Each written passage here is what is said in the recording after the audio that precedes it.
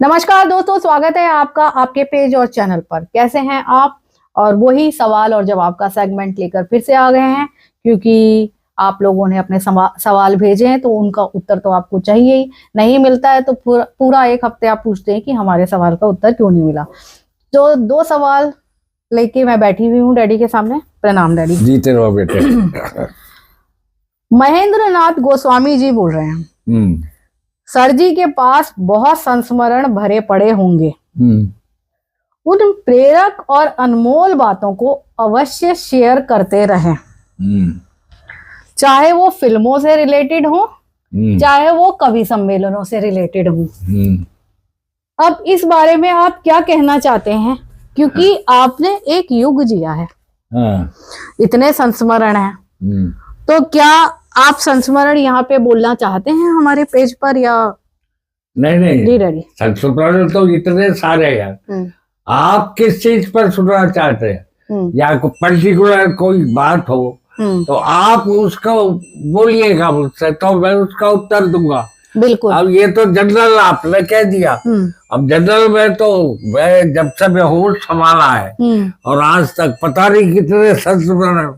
बिल्कुल। आप जो है एक पर्टिकुलर उसे जो है बाकायदा अंडरलाइन करके आप बोलिएगा, मैं उसका उत्तर। तो महेंद्र नाथ जी डैडी ये बोल रहे हैं कि आपको कौन सा संस्मरण, मतलब आपको किस तरीके का संस्मरण आप जानना चाहते हैं डैडी से, और अगर डैडी की नॉलेज बाकायदा उसे स्पेसिफाई कीजिए आप। बिल्कुल, तब आप उत्तर देंगे। बिल्कुल। तो आप समझ गए होंगे डैडी क्या कह रहे हैं। आगे चलते हैं। ओपी यादव जी पूछ रहे हैं आपसे, क्या मैं भी आपको डैडी कह सकता हूँ? ये उनका सवाल है। आपकी उम्र क्या है? आपकी उम्र क्या है ओपी यादव जी?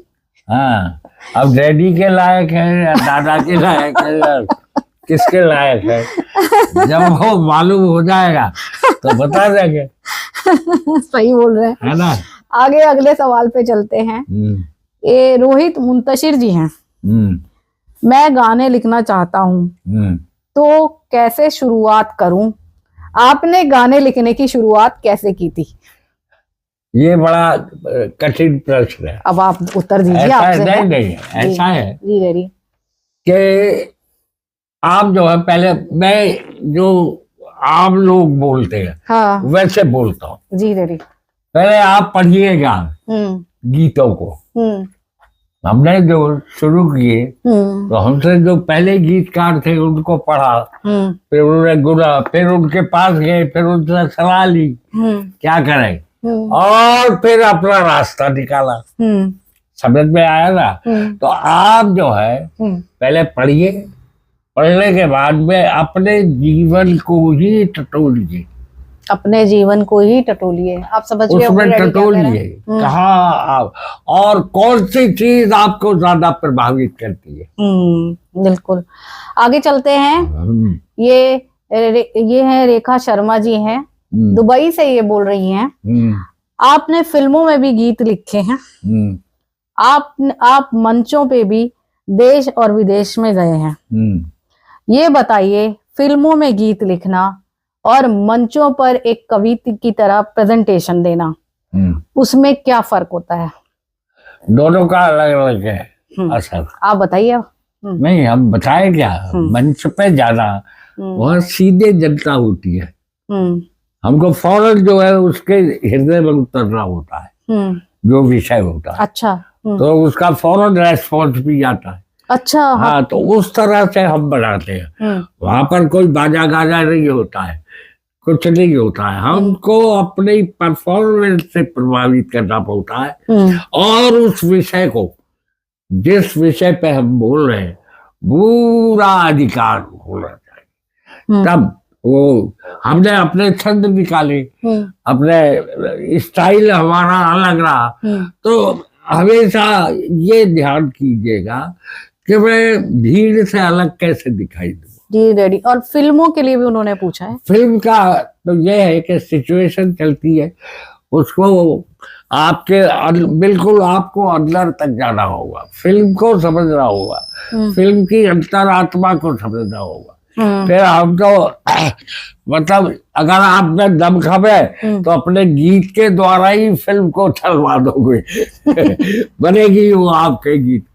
हाँ। ये लास्ट है, ये नागेंद्र जायसवाल हैं, ये उत्तराखंड से। इन्होंने ये नहीं लिखा कि ये कहाँ से बोल रहे हैं।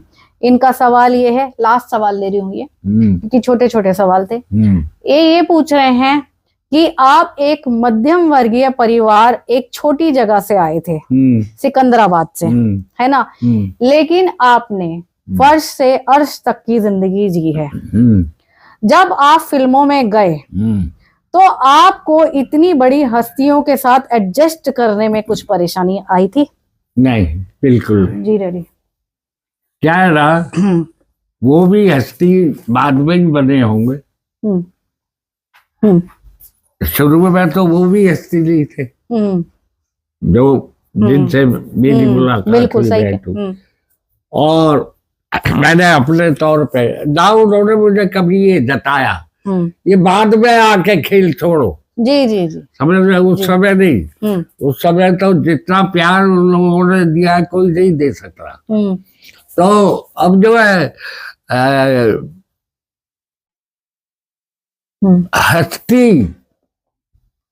हस्ती है क्या, हस्ती भी जीवन ही।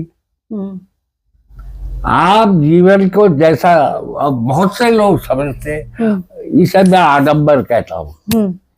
जिसे वो कई कवियों ने बोला भी है कि वो नया नया जो रईस होता है वो कहने लगता है, कीमत बताने लगता है वो हर चीज की। हाँ, वो सबीना अदीब की है। अच्छा अच्छा अच्छा। हाँ, दौलत नहीं है, समझ में आया ना। वो बहुत अच्छा बोलती है। अच्छा, इतनी बड़ी शायर है। अरे वाह, नहीं मेरे तो आपके तो कर सबसे ज्यादा इज्जत करती है मेरी। लेकिन बात क्या है, उसके बाद मतलब है तो नहीं, तो वो यही वो पूछ रहे हैं ना कि आप इतनी बड़ी बड़ी हस्तियों में एडजस्ट करने वाली बात का पुष्टिकरण। नहीं, बात क्या है, एडजस्ट क्या करता है, मैं अपना काम कर रहा हूँ, वो अपना काम कर रहे। मतलब जैसे अधिकतर ये होता है ना कि जैसे एक अच्छा, प्यार भी तो बहुत मिला मुझे।